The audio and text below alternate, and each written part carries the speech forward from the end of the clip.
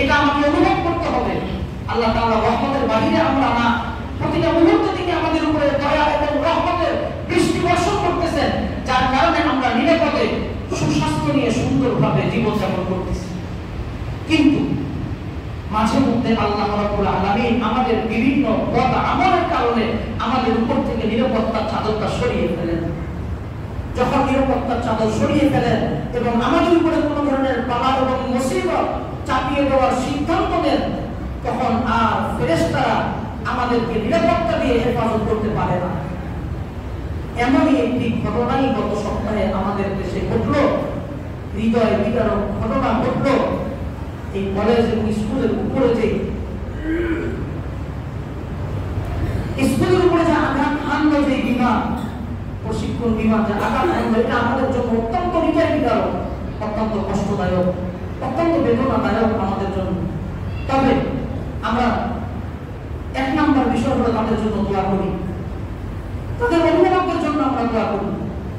অনেক মানুষ সন্তান ছিল, এখন পুরোপুরি নিঃসন্তান হয়ে গেল, যার দুইটা সন্তানই পৃথিবী থেকে হারিয়ে ফেলল, সে এখন কি নিয়ে বেঁচে থাকবে? একজন মানুষ তার সন্তানদের মুখের দিকে তাকিয়ে, সন্তানদের চেহারার দিকে তাকিয়ে বিভিন্ন স্বপ্ন লালন করে সে দুনিয়াতে বেঁচে থাকে। কিন্তু একই মুহূর্তে, একই সাথে যখন একজন মানুষের পুরো স্বপ্ন ভেঙে চুরে তছনছ হয়ে যায়, তখন তার সামনে ভবিষ্যৎটা সে শুধুমাত্র অন্ধকার দেখে, তার সামনে আর কোনো স্বপ্ন থাকে না, সে বেঁচে থাকার মতো কোনো স্বপ্ন তার জীবনে থাকে না। একজন মানুষ এই কথাও বলতেছে আফসোস করে, আমি আর এই দেশে থাকবো না। এটা আপনারা অনেকেই দেখেছেন, আফসোস করে বলতেছে আমার দুইটা সন্তান, আমি আমার দুইটা সন্তানকেই হারালাম, এই দেশটা আমাদের থাকার উপযোগী না, আমি আর এই দেশে থাকবো না, আমি চলে যাবো এই দেশ থেকে। অসংখ্য মানুষ তাদের স্বপ্ন ভবিষ্যৎ হয়ে গিয়েছে। এই জন্য আমরা তাদের জন্য আমাদের মন থেকে আমরা দোয়া করি, আল্লাহুম্মা আজুরনি মুসিবাতি ওয়া খুলুফ লানা খায়রাম মিনহা। হে আল্লাহ, আপনি তাদের উপরে যে মুসিবত চাপিয়ে দিয়েছেন আমাদের গুনার কারণে, আপনি তাদের সেই মুসিবতকে আপনি ইচ্ছে করলে আপনি পারেন এই মুসিবতকে লাঘব করে দিতে, এই মুসিবত তাদের উপর থেকে কমিয়ে দিতে, দূর করে দিতে পারেন। আপনি তাদেরকে সান্ত্বনা দেন, আপনি তাদের জন্য যথেষ্ট হয়ে যান। আমরা তাদের জন্য দোয়া করি, অভিভাবকদের জন্য দোয়া করি, এবং যারা দগ্ধ হয়ে মারা গিয়েছে, শহীদ হয়েছে, আমরা তাদের জন্য কামনা করি আল্লাহ রাব্বুল আলামিন যেন তাদেরকে প্রকৃত শহীদের মর্যাদা, শাহাদাতের মর্যাদা আল্লাহ রাব্বুল আলামিন তাদেরকে দান করেন।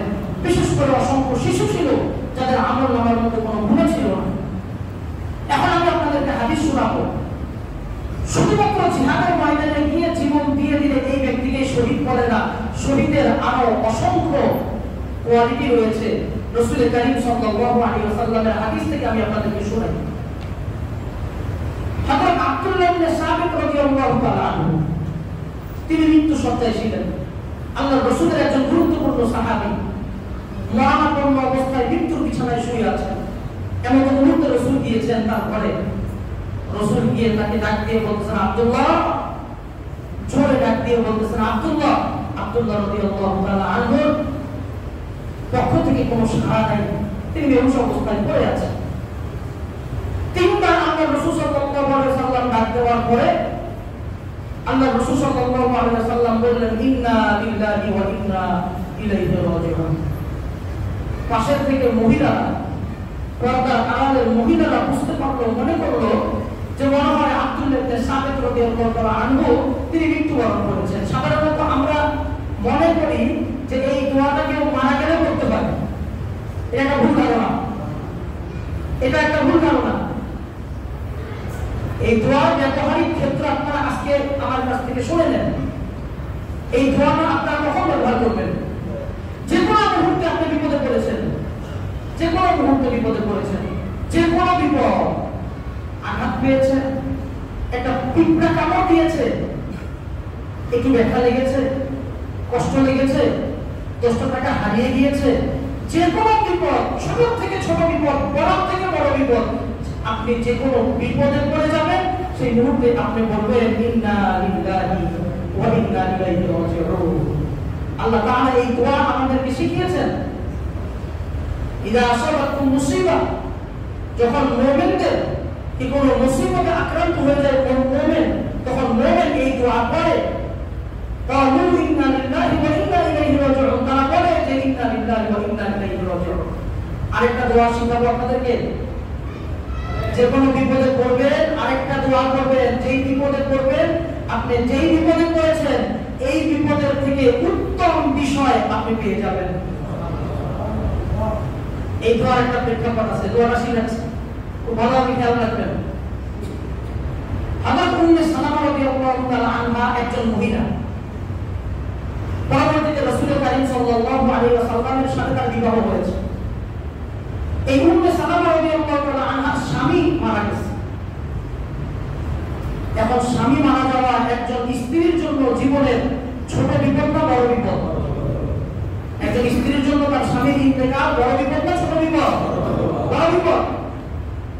এখন রাসূল কারীম সাল্লাল্লাহু আলাইহি ওয়াসাল্লামের কাছে আসছে, বলতেছে হুজুর আমার তো স্বামী মারা গেছে, আর আমার স্বামীর মারা যাওয়া তার মৃত্যুটা আমার জীবনে অনেক বড় একটা বিপদ।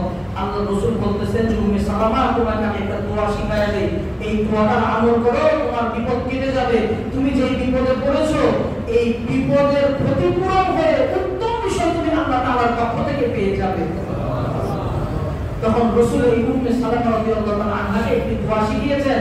আল্লাহর রাসূল বলেছেন যে তুমি পড়ো আল্লাহুম্মা আজুরনি মুসিবাতি ওয়াখলুফ লি খায়রাম মিনহা, হে আল্লাহ আপনি আমার এই বিপদের ক্ষতিপূরণ করে দেন এবং এর থেকে উত্তম বিষয় আপনি আমাকে দান করেন। এই দোয়ার অর্থ বলে দিলাম। দোয়ার অর্থ কি? যে আল্লাহ আমি যে এই বিপদে পড়ে যে ক্ষতিগ্রস্ত হয়েছি এই ক্ষতি থেকে আপনি আমাকে উদ্ধার করেন, আর আমার যে ক্ষতি হয়েছে এর থেকে উত্তম বিষয়ের মাধ্যমে আপনি আমাকে উপকৃত করেন, উত্তম বিষয় আমাকে দান করেন। দেখেন এখন হযরত উম্মে সালামা রাদিয়াল্লাহু তাআলা আনহা এই মহিলা এই দোয়া আমল করতেছেন, আল্লাহ তাআলার কাছে এই দোয়া করতেছেন, আল্লাহ আল্লাহুম্মা আজুরনি মুসিবাতি ওয়াখলুফ লি খায়রাম মিনহা, হে আল্লাহ আপনি আমার মুসিবতের ক্ষতিপূরণ দান করেন, এর থেকে উত্তম বিষয় আপনি আমাকে দান করেন, এই দোয়া করতেছেন। এখন এই মহিলা উম্মে সালামা রাদিয়াল্লাহু তাআলা আনহা তিনি পরবর্তীতে বলতেছেন তোমরা জানো এই দোয়া করে আমি কি পেয়েছি, এই দোয়া করে আমি কি পেয়েছি তোমরা শোনো। উম্মে সালামা রাদিয়াল্লাহু তাআলা আনহা বলতেছেন কিছুদিন পরে আল্লাহর রাসূল সাল্লাল্লাহু আলাইহি ওয়াসাল্লাম আমাকে বিবাহ করেছে। কিছুদিন পরে যখন আল্লাহর রাসূল আমাকে বিবাহ করেছে, এখন তোমরাই বলো রাসূলের থেকে পৃথিবীতে উত্তম স্বামী আর কে হতে পারে? তাহলে আমি আমার আগের স্বামীকে হারালাম, সে ছিল আবু সালামা, সে ছিল আমার স্বামী। এরপর রাসূল আমাকে দোয়া শিখালেন আর সেই দোয়া আমি পাঠ করলাম, পৃথিবীতে উত্তম স্বামী আমি আল্লাহ রাব্বুল আলামিনের পক্ষ থেকে গিফট হিসেবে পুরস্কার হিসেবে পাইলাম। তাহলে এক বিপদ দূর করে আল্লাহ রাব্বুল আলামিন উত্তম বিষয় দান করতে পারেন কিনা? উত্তম বিষয় আপনারা দান করতে পারেন। এজন্য আমি আপনাদেরকে গুরুত্বপূর্ণ দুইটা দোয়া শিখাইলাম। যে কোনো বিপদে পড়বেন, যে কোনো বিপদে পড়বেন, হযরত আয়েশা রাদিয়াল্লাহু আনহা বলেন একজন মুমিন যদি হোঁচট খেয়ে যদি পড়েও যায় সে বলবে ইন্না লিল্লাহি ওয়া ইন্না ইলাইহি রাজিউন। এই যে দোয়াটা করলো, এই হোঁচট খেয়ে পড়ে গেল, এতেও আল্লাহ রাব্বুল আলামিন তার জীবনের গুনাহ মাফ করে দিবেন। একজন মুমিনকে যদি একটা পিপিলিকা, একটা পিঁপড়া যদি দংশন করে, একটা মশা যদি কামড় দেয়, এই কষ্টেও যখন সে পড়ে আল্লাহকে ডাকবে আল্লাহ ইন্না লিল্লাহি ওয়া ইন্না ইলাইহি রাজিউন, তখন আল্লাহ রাব্বুল আলামিন এর কারণে তার জীবনের গুনাহ মাফ করবেন। এজন্য আমরা দোয়া করি আল্লাহ রাব্বুল আলামিন যেন আমাদের সেই শিশুগুলোকে শাহাদাতের মর্যাদা দান করেন। আমি যে হাদিস বলতেছিলাম মাঝখানে কিন্তু আমি প্রাসঙ্গিক হিসাবে আপনাদেরকে কয়টা দোয়ার কথা বললাম, কয়টা দোয়া শিখালাম? দুইটা। এক নম্বর দোয়া কি? 2 নম্বর দোয়াটা কি বলতে পারবে? 2 নম্বর দোয়াটা হয়তো অনেকে বলতে পারবেন না, যারা পারবেন তারা বলেন আল্লাহুম্মা আজুরনি মুসিবাতি ওয়াখলুফ লি খায়রাম মিনহা। এই দুইটা দোয়া মুখস্থ রাখবেন। যে কোনো বিপদে পড়বেন, যে কোনো মুহূর্তে পেরেশান হবেন না। সন্তান অসুস্থ হয়ে গিয়েছে, হাসপাতালে ভর্তি, পেরেশান হবেন না। আপনার তাকদীর যা ফয়সালা তাই তো হবে, পেরেশান হবেন না। আপনি এই দোয়াগুলো পড়তে থাকেন। কেউ মারা গিয়েছে, এই দোয়া পড়েন। কেউ অ্যাক্সিডেন্ট করেছে, এই দোয়া পড়েন। সম্পদ নষ্ট হয়ে গিয়েছে, আপনি আপনি এই দোয়া পড়েন, এই দোয়া করতে থাকেন, এই দোয়ার বরকতে আল্লাহ রাব্বুল আলামিন আপনাকে ওই সম্পদের পরিবর্তে উত্তম সম্পদ দান করবেন। আচ্ছা, হযরত আব্দুল্লাহ ইবনে সাবিত রাদিয়াল্লাহু তাআলা আনহু মৃত্যুর বিছানায় ছিলেন। রাসূল যখন বললেন ইন্না লিল্লাহি ওয়া ইন্না ইলাইহি রাজিউন, ঘরের মহিলারা মনে করছেন বুঝি মারা গেছে। কিন্তু এটা কি মৃত্যুর দোয়া? এটা মৃত্যুর দোয়া? এটা মৃত্যুর দোয়া না। রাসূল এটা করেছেন, সে এখনো মারা যায় নাই, কিন্তু সে এমন অবস্থায় রয়েছে, বেহুশ অবস্থায় রয়েছে, সে আমার তাকে সাড়া দিচ্ছে না, হয়তো সে মারা যাবে। এটা একটা তার উপরে বিপদ। এই বিপদের কারণে, এই বিপদ দেখে আল্লাহ রাসূল ইন্না লিল্লাহি ওয়া ইন্না ইলাইহি রাজিউন পাঠ করলেন। আমি সংক্ষেপে হাদিসটা বলতেছি। কিছু সময় পরে হযরত আব্দুল্লাহ ইবনে সাবিত রাদিয়াল্লাহু তাআলা আনহু ইন্তেকাল করলেন, মারা গেলেন। হযরত আব্দুল্লাহ ইবনে সাবিত রাদিয়াল্লাহু তাআলা আনহু মারা যাওয়ার পরে তার মেয়ে পর্দার আড়াল থেকে বলতেছে, আফসোস, আমরা আশা করেছিলাম যে আমার বাবা শাহাদাতের মর্যাদা আমার বাবা আল্লাহ রাব্বুল আলামিনের কাছ থেকে লাভ করবে, আমার বাবা শহীদ হবেন। এটা আমার বাবারও আশা ছিল, আমাদেরও একটা মনের আশা যে আমার বাবা শহীদ হবেন। রাসূল কারীম সাল্লাল্লাহু আলাইহি ওয়াসাল্লাম বললেন যে তোমাদের কি ধারণা তোমার বাবা শহীদ না? ওয়াশুহাদাউ হিনাইন কলিল, তোমরা যদি মনে করো যে আমার সাহাবী আব্দুল্লাহ ইবনে সাবিত শহীদ না, তোমরা যদি মনে করো যে শুধু জিহাদের ময়দানে গিয়ে জীবন শেষ করে দিলেই মনে হয় শহীদ হয়, এটা যদি মনে করো তাহলে তো শহীদের সংখ্যা আমার উম্মতের মধ্যে অনেক কমে যাবে। তোমরা মনে রাখবে, শুধুমাত্র জিহাদের ময়দানে গিয়ে জীবন দিয়ে দিলেই কোনো ব্যক্তি শহীদ হয়, বিষয়টি এমন নয়। সে তো শহীদ, সে শহীদের হাকিকি, সে প্রকৃত শহীদ।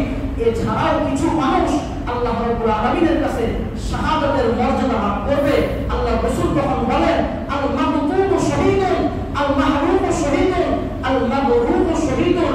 এই ব্যাপারে আল্লাহ রাসূল সাল্লাল্লাহু আলাইহি সাল্লাম কয়েকজন ব্যক্তির কথা ধারাবাহিকভাবে আল্লাহ রাসূল 7 শ্রেণীর মানুষের কথা বলেন, যে এই 7 শ্রেণীর মানুষও জিহাদের ময়দানে না গিয়েও, ঘরে মৃত্যুবরণ করেও এই 7 শ্রেণীর মানুষ আল্লাহ রাব্বুল আলামিনের কাছে শাহাদাতের মর্যাদা লাভ করবেন। এর মধ্যে 1 নাম্বার হলো আল মাবতুনু শহীদুন, পেটের পীড়ায় আক্রান্ত হয়ে যদি কোনো ব্যক্তি মারা যায়, সে শহীদ।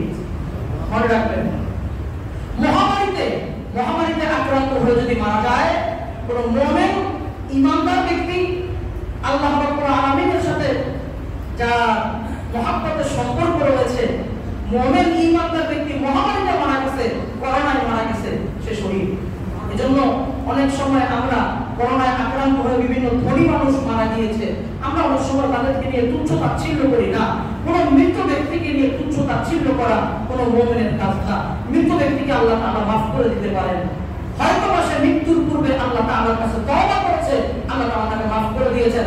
আর আমি একটা সারা জীবন তাহাজ্জুদ করেও মৃত্যুর পূর্বে এমন একটা অপরাধ করে বসলাম, এমন একটা গুনাহ করে বসলাম যেটা আল্লাহ রাব্বুল আলামিন আমাকে মাফ করলো না, তাহলে আমি ঈমান হয়েও জাহান্নামী, আর ওই ব্যক্তি সারা জীবন দুনিয়াদার হয়েও সে জান্নাতি।